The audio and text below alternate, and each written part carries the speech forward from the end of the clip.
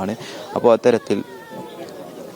അത്തരത്തിലുള്ള ഒരു ആശങ്ക നിരവധി തൊഴിലാളികളാണ് ഇതുമായി ബന്ധപ്പെട്ട് ജീവിക്കുന്നത്. അപ്പോൾ ഈ ഒരു മേഖലയിലേക്കൊക്കെ ഇപ്പോൾ ആളുകൾക്ക് കടക്കാൻ തന്നെ ഏറെ ഭീതിയാകുന്ന ഒരു സാഹചര്യമാണ്. ഇപ്പോൾ ഈ പഞ്ചാരക്കൊല്ലിയിലെ വീട്ടിൽ രാധയുടെ സംസ്കാര ചടങ്ങുകളാണ് നടന്നുകൊണ്ടിരിക്കുന്നത്. ഏറെ വൈകാരികമായ രംഗങ്ങൾക്കാണ് ഇവിടെ ഈ പഞ്ചാരക്കൊല്ലിയിലെ ഈ ഒരു വീട് സാക്ഷ്യം വഹിക്കുന്നത്.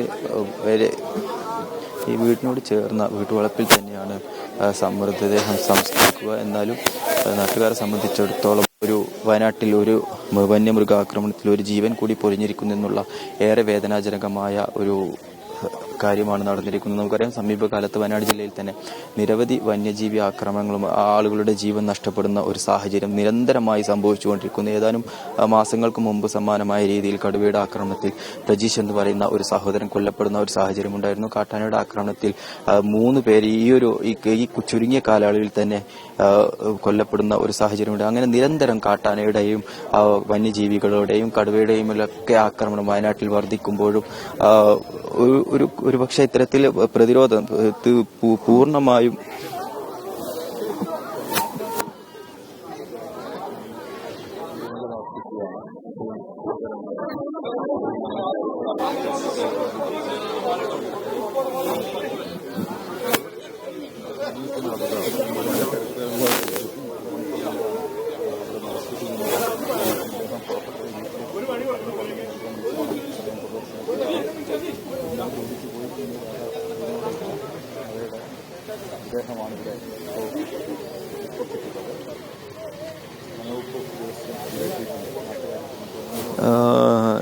സ്നേഹ, ഹർത്താൽ കോൺഗ്രസും SDPIയുമാണ് ഹർത്താലിന് ആഹ്വാനം ചെയ്തിരിക്കുന്നത്. കടകമ്പോളങ്ങളൊക്കെ തന്നെ മാനന്തവാടിയിൽ പൂർണ്ണമായും അടഞ്ഞു കിടക്കുകയാണ്. ഏതാനും ചില സ്വകാര്യ വാഹനങ്ങൾ മാത്രമാണ് നിരത്തിലിറങ്ങിയിരിക്കുന്നത്. രാവിലെ KSRTC സർവീസുകളൊക്കെ െങ്കിലും പിന്നീട് ഇത് നിർത്തിവെക്കുന്ന ഒരു സാഹചര്യമുണ്ട്. മാനന്തവാടിയെ സംബന്ധിച്ചിടത്തോളം നമുക്കറിയാം, സമീപ ഒരു അതിർത്തി പ്രദേശമാണ്. മൈസൂരിലേക്കും കർണാടകയിലേക്കൊക്കെ മാനന്തവാടിയിലൂടെയാണ് ബസ് സർവീസ് ഉള്ളത്. അപ്പോൾ ഇപ്പോൾ തൽക്കാലം ഈ ഒരു പ്രതിഷേധം കണക്കിലെടുത്തുകൊണ്ട് തൽക്കാലം ഈ സർവീസുകളൊക്കെ മാനന്തവാടിയിൽ നിന്ന് തൽക്കാലം നിർത്തിവെച്ചിട്ടുണ്ട്. ഒരുപക്ഷെ ഏതെങ്കിലും തരത്തിൽ ഒരു കൂടുതലായിട്ടുള്ള പ്രതിഷേധത്തിന് സാധ്യതയുണ്ടെങ്കിൽ എന്തായാലും സർവീസുകളൊന്നും പുനരാരംഭിക്കാൻ സാധ്യതയില്ല. നിലവിൽ ഏതാനും ചില സ്വകാര്യ വാഹനങ്ങൾ മാനന്തവാടി ടൗണിൽ ഓടുന്നത് ഒഴിച്ചു കഴിഞ്ഞാൽ കളകമ്പോളങ്ങളെല്ലാം പൂർണ്ണമായി തന്നെ അടഞ്ഞുകിടക്കുകയാണ്. ഏതായാലും നാട്ടുകാരെല്ലാം തന്നെ ഈ ഒരു ഹർത്താലിനോട് സഹകരിക്കുന്നു എന്ന് വേണം നമുക്ക് ഒരു അവസരത്തിൽ മനസ്സിലാക്കാൻ. കാരണം മാനന്തവാടിക്കാരെ സംബന്ധിച്ചിടത്തോളം, അല്ലെങ്കിൽ വയനാട് ജില്ലയെ സംബന്ധിച്ചിടത്തോളം അതീവ രൂക്ഷമായി കൊണ്ടിരിക്കുന്ന വന്യമൃഗ ശല്യത്തിന് പരിഹാരം കാണുക എന്നുള്ളത് അത്യാവശ്യമായി കൊണ്ടിരിക്കുന്ന ഒരു ഘട്ടമാണ്.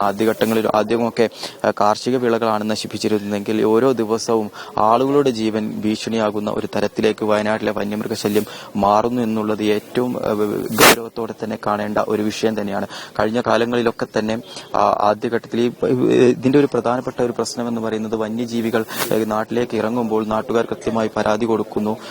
അത്തരത്തിലുള്ള പരാതികളൊക്കെ മുഖവിലക്കെടുക്കുക, അല്ലെങ്കിൽ അത് ഗൗരവമായി കാണാതെ വന്ന് ഒരു പടക്കം പൊട്ടിച്ച് തിരിച്ചു പോകുന്ന ഒരു സാഹചര്യത്തിലേക്കാണ് ഇവിടെ ഒരു അധികം വയനാട് ജില്ലയിൽ സംഭവിക്കാറ്. പിന്നീട് ഏതെങ്കിലും തരത്തിൽ ഇത്തരത്തിൽ ആളുകളുടെ ജീവനൊക്കെ നഷ്ടപ്പെടുന്ന സാഹചര്യത്തിൽ എല്ലാവിധ സംവിധാനങ്ങളോടും വന്നുകൊണ്ട് ഉറപ്പു നൽകുന്ന ഒരു ഘട്ടത്തിലേക്ക് കടക്കുന്നു. ഇന്നിപ്പോ ദിവസം ഈ ഒരു കടുവയുടെ സാന്നിധ്യമുണ്ട്, അല്ലെങ്കിൽ അത്തരത്തിൽ കടുവയുടെ പ്രശ്നമുണ്ട്, പരിഹരിക്കണമെന്ന് ആവശ്യപ്പെട്ടുകൊണ്ട് പരാതി നൽകിയിരുന്നു. ആ പരാതിയൊക്കെ ഇന്നലെ പുറത്തു വന്നതാണ്. പക്ഷെ ആളുകൾ പറയുന്ന ഈ ആ ഒരു പരാതിക്ക് പരിഹാരം കണ്ടിരുന്നു. പക്ഷേ ഇന്ന് ഈ രാധയുടെ ജീവൻ നഷ്ടമായിരുന്നില്ല എന്നുള്ള തരത്തിലൊക്കെ ആളുകൾ പറയുന്നുണ്ട്.